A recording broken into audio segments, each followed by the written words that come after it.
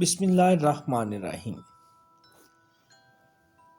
نومبر 1929 کی خوفناک رات تھی اور ایک ادھیڑ عمر شخص جس کا نام جوزف تھا بڑی خاموشی اور دھیمی چال کے ساتھ چلتا جا رہا تھا۔ وہ کبھی کبھی چلتے چلتے ایک آدھے لمحے کے لیے اندھیرے میں ڈوبے ہوئے باغ کے ویران گوشے کی طرف نظر ڈالتا، پھر ایک ٹھنڈی سانس لیتا اور آگے بڑھ کر چل دیتا۔ وہ دبلا پتلا شخص نے اپنے جسم کو اوور کوٹ میں چھپا رکھا تھا، لمبا اوور کوٹ جس کے بٹن کھلے ہوئے تھے، مگر کوئی بھی یہ بات نہیں جانتا تھا کہ اس کے کوٹ کی اندرونی جیب میں ایک خطرناک شکاری چاقو بھی موجود ہے۔ اپنی چال ڈھال سے وہ آدمی نرم دل نظر آتا تھا۔ آدھی رات گزر چکی تھی، باغ ویران ہو رہا تھا، وہ شخص بھی ادھر ادھر گھومتے ہوئے تھک چکا تھا۔ وہ اپنے تھکے ہوئے قدموں کے ساتھ جھیل کی طرف یوں بڑھ رہا تھا جیسے کوئی چلاک شکاری اپنے شکار کی طرف بڑھتا ہے۔ وہ آہستہ آہستہ بڑبڑا بھی رہا تھا کہ آج کوئی شکار ہاتھ نہیں لگا۔ اکیلے مرد اور اکیلی عورتیں کہاں چلی گئی ہیں؟ اس کے پتلے اور باریک لب خشک ہو رہے تھے، جیسے وہ پیاس کی شدت سے مرا جا رہا تھا۔ جھیل کے کنارے پانی میں بطخیں سو رہی تھی۔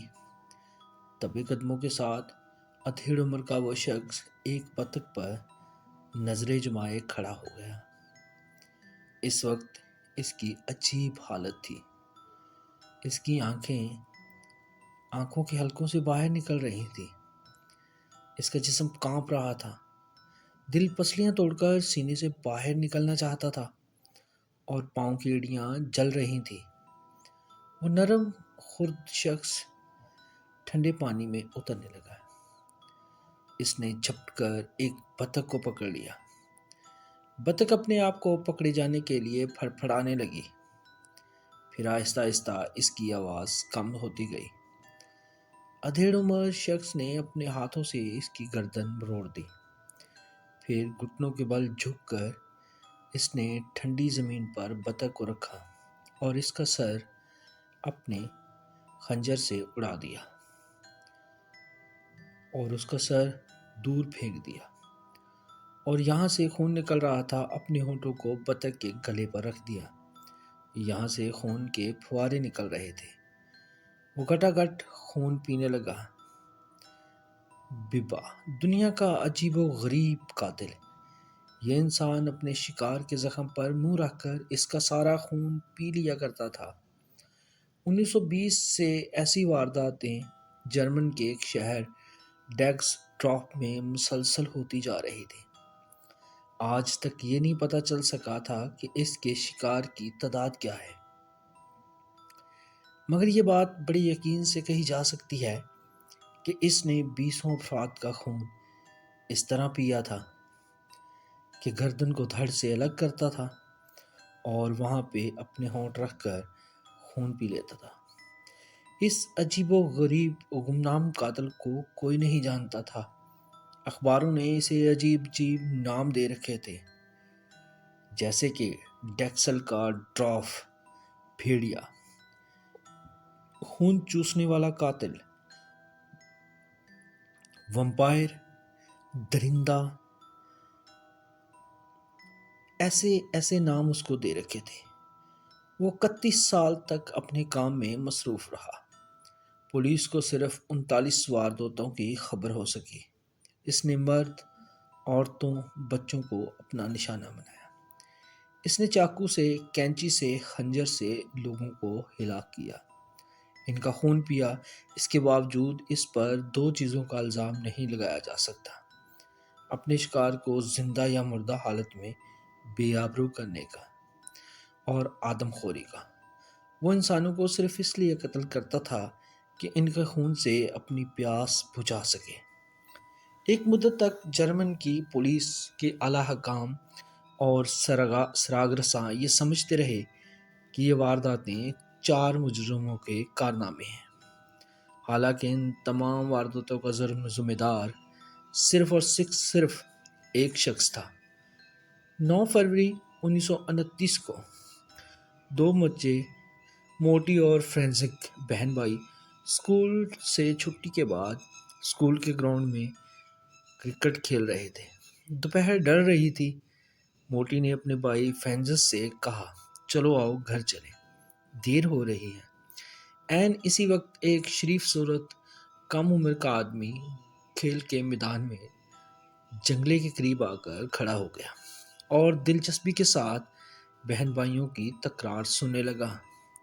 موٹی گھر جانے پر بضد تھی اور فرینزک کچھ دیر تک اور کھیلنا چاہتا تھا۔ موٹی لڑتی جھگڑتی کتابیں اٹھا کر گھر کی طرف بھاگ گئی، جبکہ فرینزک اکیلا کھیلتا رہا۔ ادھیڑ عمر جرمن شخص وہیں کھڑا رہا اور فرینزک کو کھیلتا دیکھتا رہا۔ کبھی کبھی فرینزک کے کھیل کی تعریف کر دیتا۔ شام کے سائے گہرے ہو رہے تھے جب نرم خردر ادھیڑ آدمی نے آگے بڑھ کر فرینزک کو تھپکی دیتے ہوئے ایک ٹافی تھما دی۔ فرینزک نے شکریہ ادا کیا تو اس ادھیڑ عمر کے آدمی نے کہا، تم بہت اچھا کھیلتے ہو، کبھی میں بھی تم جیسا تھا، آؤ تمہیں قریب سے مٹھائی لے کے دو۔ فرینزک خوشی سے اس کے ساتھ چل دیا۔ اجنبی نے ننھے فرینزک کا ہاتھ اپنے ہاتھ میں لے رکھا تھا۔ وہ ایک تاریک گلی کی طرف بڑھ رہے تھے۔ ایک ویران اور سنسان گھر کے سامنے جا کر ادھیڑ عمر آدمی نے اپنی کوٹ کی جیب میں ہاتھ ڈالا۔ شکاری چاقو تاریکی میں چمک رہا تھا۔ چند لمحے کے بعد فرینزک کے گلے پر ہونٹ رکھے وہ اس کا خون پی رہا تھا۔ فرینزک کے قتل کے 10 دن کے بعد ایک اور واقعہ رونما ہوا۔ 45 سالہ لینک شیئر رات کے وقت گیراج کو بند کر کے اپنے گھر کی طرف جا رہا تھا۔ آج اس نے کچھ زیادہ ہی شراب پی لی تھی، اس لیے وہ اپنے ہوش حواس میں نہیں تھا۔ اس کے قدم ڈگمگا رہے تھے اور چیزیں اس کو چار چار نظر آ رہی تھیں۔ ابھی وہ چند ہی قدم چلا تھا کہ کسی نے آگے آ کر بڑے مؤدبانہ انداز میں کہا، جناب آپ کی حالت ٹھیک نہیں، میں آپ کو آپ کے گھر تک پہنچا دیتا ہوں۔ شیر نے نشے سے دھندلائی ہوئی آنکھوں سے اس مرد کی طرف دیکھا اور کوئی جواب دیے بغیر آگے بڑھ گیا۔ چند قدم آگے جا کر وہ لڑکھڑا کر گلی میں گر پڑا۔ اس کے گرنے کی دیر تھی کہ مرد درمیانی چال چلنے والا ادھیڑ عمر شخص اس کی طرف اس طرح جھپٹا کہ تیز دار چمکدار چاقو اندھیرے میں لہرایا اور پھر وہ آدمی جھک کر اپنے شکار کے زخموں پر ہونٹ رکھ کے خون چوس رہا تھا۔ اگلے دن جب پولیس نے لاش کا معائنہ کیا تو جسم پر گھاؤ تھے اور ہر گھاؤ پر نیلا نشان تھا، کسی کے ہونٹوں کے۔ جولائی 1929 کی رات کو 43 سالہ کیسی ایمن گریس گھومتی گھماتی واکس گارڈن پہنچی۔ وہ بڑی تھکی ہوئی تھی، اس لیے باغ کے ایک بینچ پر لیٹ گئی۔ یہ ایک گرم رات تھی، اس لیے اس نے اپنے بالائی لباس کے بٹن کھول دیے تھے۔ اسی وقت اس نے قدموں کی آہٹ سنی اور پھر کسی نے بڑے مہذبانہ لہجے میں کہا، شب خیر۔ وہ چونکی۔ میرا خیال ہے کہ آپ شام مصروف نہیں ہیں، آئیں میرے ساتھ۔ ایما اس مہذب انسان سے بہت متاثر ہوئی اور پھر وہ دونوں معاملات چکا کر ایما کے گھر کی طرف چل پڑے۔ مشروبات سے فارغ ہو کر مہذب اجنبی ایما پر جھکا۔ اس کے ہونٹ ایما کے شفاف گلے کو چھو رہے تھے۔ ایما نے یہ محسوس کیا کہ جیسے اس کے گلے میں کوئی سخت چیز چبھ رہی ہو۔ اس نے اپنا سر جھٹک دیا۔ اجنبی سیدھا کھڑا ہو گیا اور ایما ایسے کانپ اٹھی کہ اجنبی کے ہونٹ خون سے سرخ تھے، اس کے مگر انتھک جدوجہد اور کوشش کے باوجود ایک قاتل بھی گرفتار نہ کیا جا سکا۔ 14 مئی 1930 کو جب ڈریسل ڈرافٹ کے ریلوے اسٹیشن پر کالونوں سے آنے والی تار ٹرین کی دوسری سواریوں کے ساتھ ایک نوجوان لڑکی میریا بریڈک بھی گاڑی سے اتر کر پلیٹ فارم پہ کھڑی ہو گئی۔ بیچاری بہت گھبرائی ہوئی نظر آ رہی تھی۔ وہ اتنے بڑے شہر میں پہلی بار نوکری کی تلاش میں آئی تھی، اور جس آدمی نے اسے نوکری دلوانے کا وعدہ کیا تھا وہ پلیٹ فارم پر کہیں بھی نظر نہیں آ رہا تھا۔ وہ نہیں جانتی تھی کہ وہ رات کہاں بسر کرے گی۔ اتنے بڑے شہر میں کس انسان کو تلاش کرے گی جو ناممکن نظر آ رہا تھا، جو اس کے مستقبل کا فیصلہ کرنے والا تھا۔ وہ انہی خیالات میں پریشان اور کھوئی ہوئی تھی کہ ایک نرم خورد مہذب ادھیڑ عمر شخص بڑی خاموشی کے ساتھ چلتا ہوا اس کے قریب آیا اور بولا، میڈم، میں آپ کے کس کام آ سکتا ہوں؟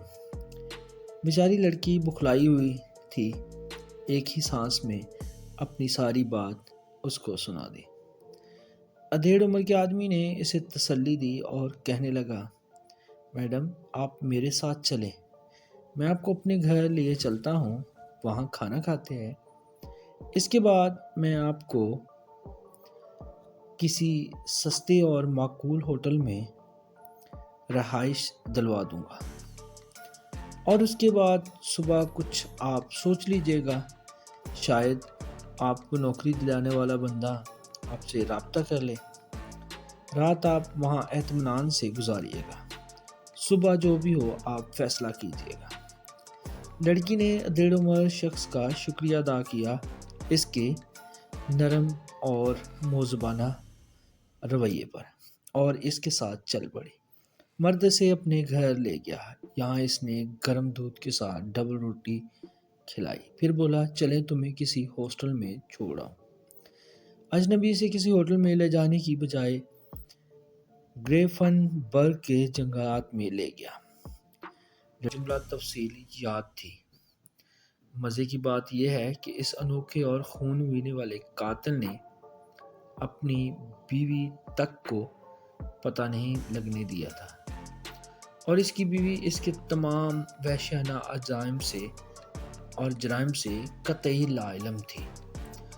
2 جولائی 1931 کو اسے پھانسی دے دی گئی۔ ناظرین، یقیناً یہ کہانی جو مواد میں نے اکٹھا کیا آپ کو پسند آیا ہوگا۔